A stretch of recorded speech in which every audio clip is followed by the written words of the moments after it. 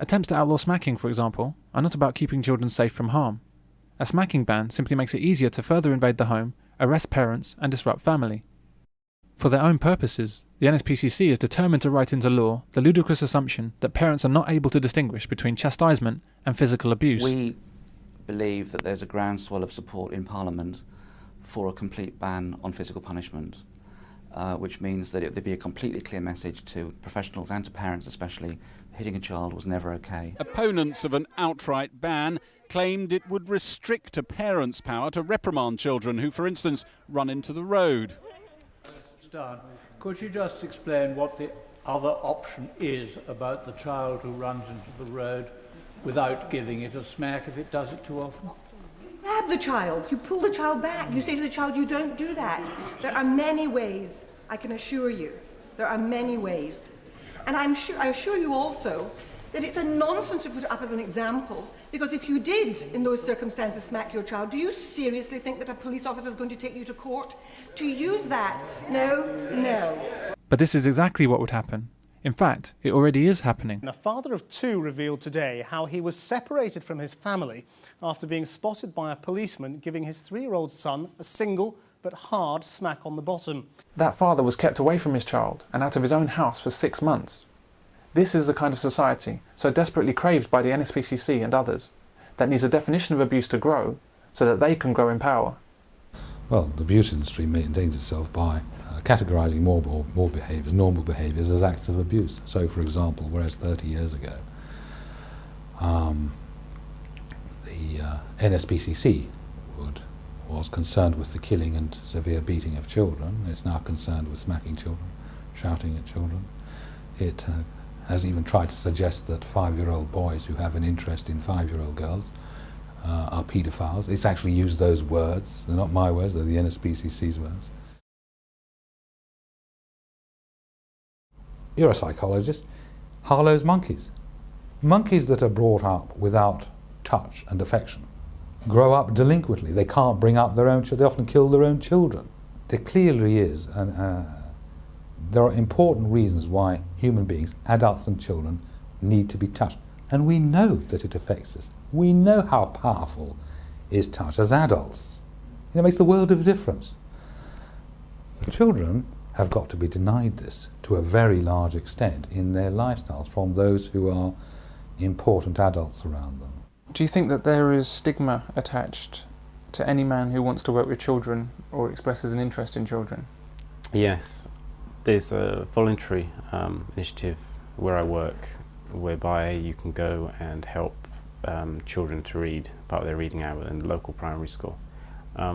These are children from about the ages of 4 up to the ages of, say, 9. So I was the only male volunteer at this primary school. And I went there and I'm working with kids about the age of 7 to 9. I did notice I was actually put in at the highest age range and not the lowest, which was interesting. We weren't allowed to be in a class alone with any children. You always had to have the door open. The teacher should be present any time you're with the child. You couldn't make even affectionate gestures to the child. If you tried to sit in your lap, you could move them and put them away. I did feel, going in, I felt really weary that I was the only guy. And having seen the other people who are working there, they can be very affectionate with the children.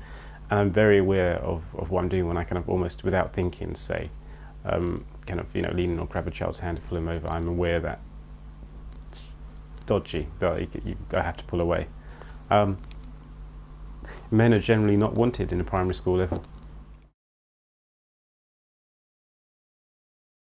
The point is you can talk to a 5-year-old all day about how to hold his foot to do something. Yeah. Or you can just grab the foot and do that, and he's learned it from then on.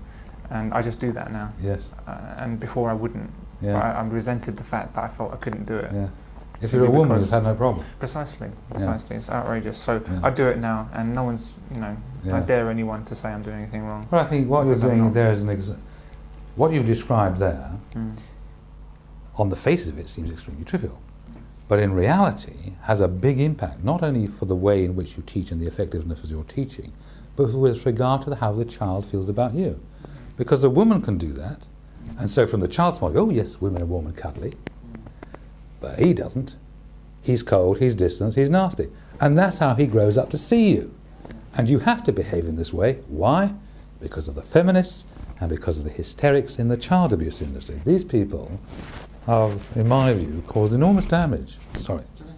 These people, in my view, have caused enormous damage. And I have said on my website, I'll say it again, I'm sure you won't put this out, but I think the National Society for Prevention of Cruelty to Children has done more harm to our children than all the paedophiles in this country put together.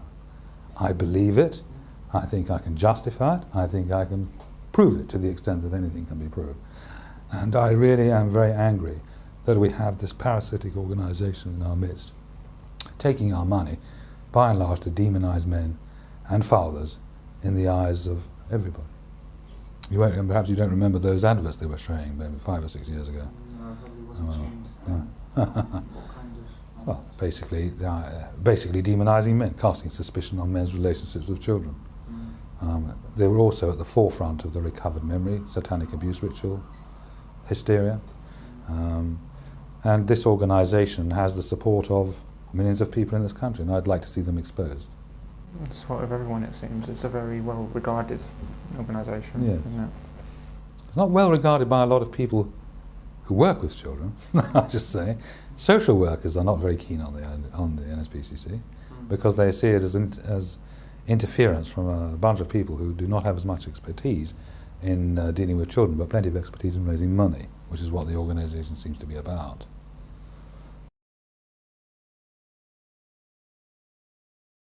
It's not possible for the government to keep children safe, and neither is it possible for charities to keep children safe. The only institution that can keep children safe is the one that has a biological investment in the child, the family. Child abuse can only be reduced by keeping the father and mother together. It's that simple. There is no other solution.